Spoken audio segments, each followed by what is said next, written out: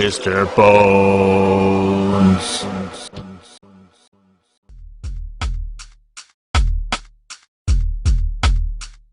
I'd buy that for $1.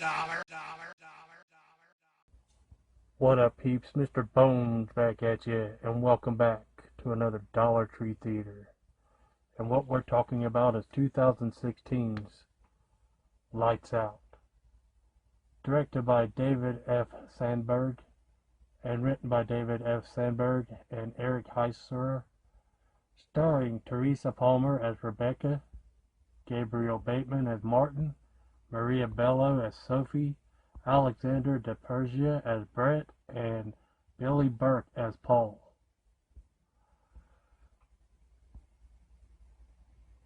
Rebecca must unlock the terror behind her little brother's experiences that once tested her sanity, bringing her face to face with the supernatural spirit attached to her mother.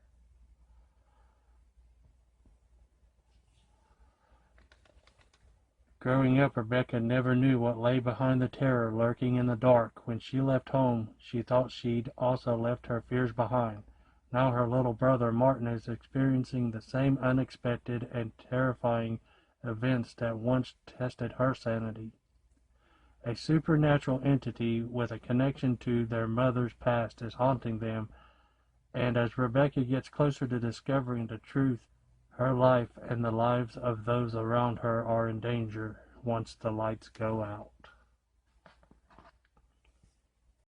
So this movie opens up with showing the father at work. I don't know where he works. It's like he's in some kind of like mannequin factory. There's lots of mannequins, and the lights start going out and flickering, and he's being attacked and killed by this evil entity that can only come at you in the dark.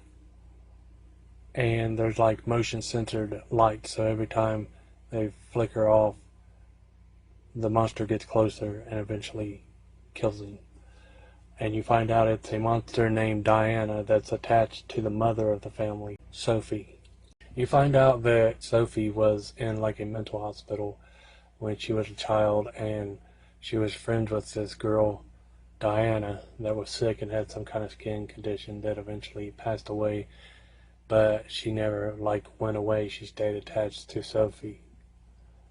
And so the movie is Diana lives in like the dark closet of Sophie's bedroom and keeps leaving to cause mischief, and basically kills her husband and keeps going after her children because she doesn't want anyone around Sophie by herself.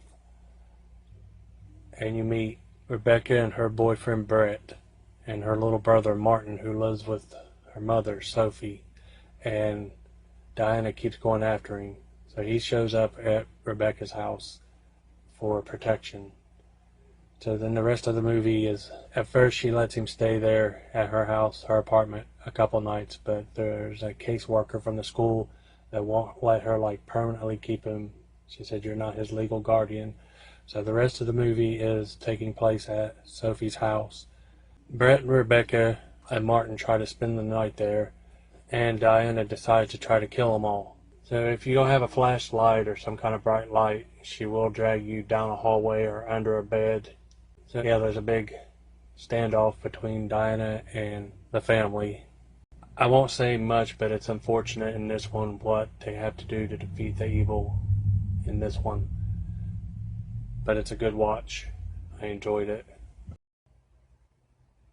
This is a fun movie. For those who may have seen this before and didn't like it, I'd say give it another watch, give it another chance, because this is my second viewing. And upon the first viewing, I thought it was just alright. I didn't think much of it. But upon this second viewing, I liked it more.